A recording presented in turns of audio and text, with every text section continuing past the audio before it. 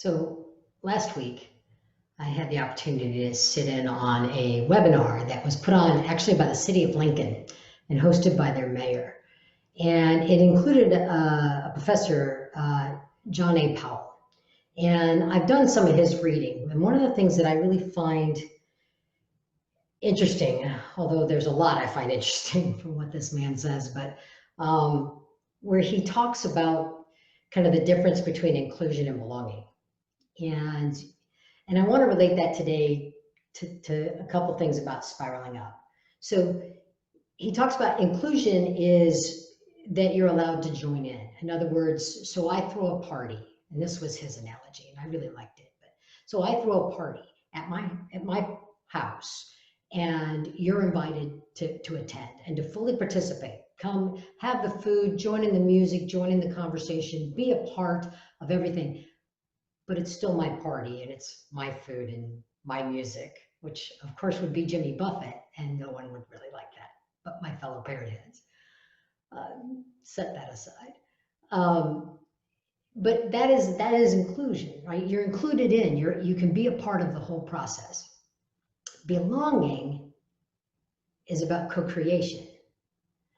And this is important. So in the party analogy, it would be that you and I would throw a party together and decide between us, what's the music we're going to have? What's the food we're going to have? What activities are we going to have?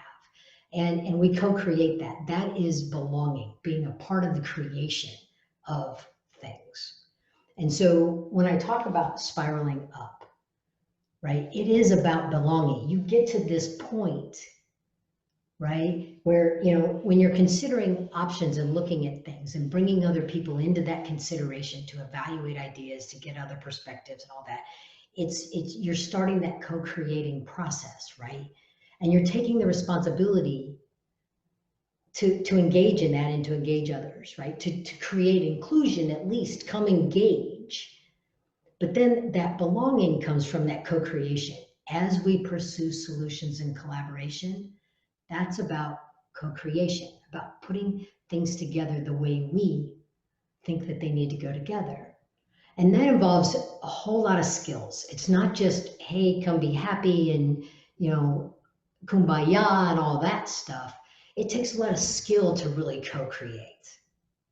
And so we have to practice and work at it and be conscious about co-creation.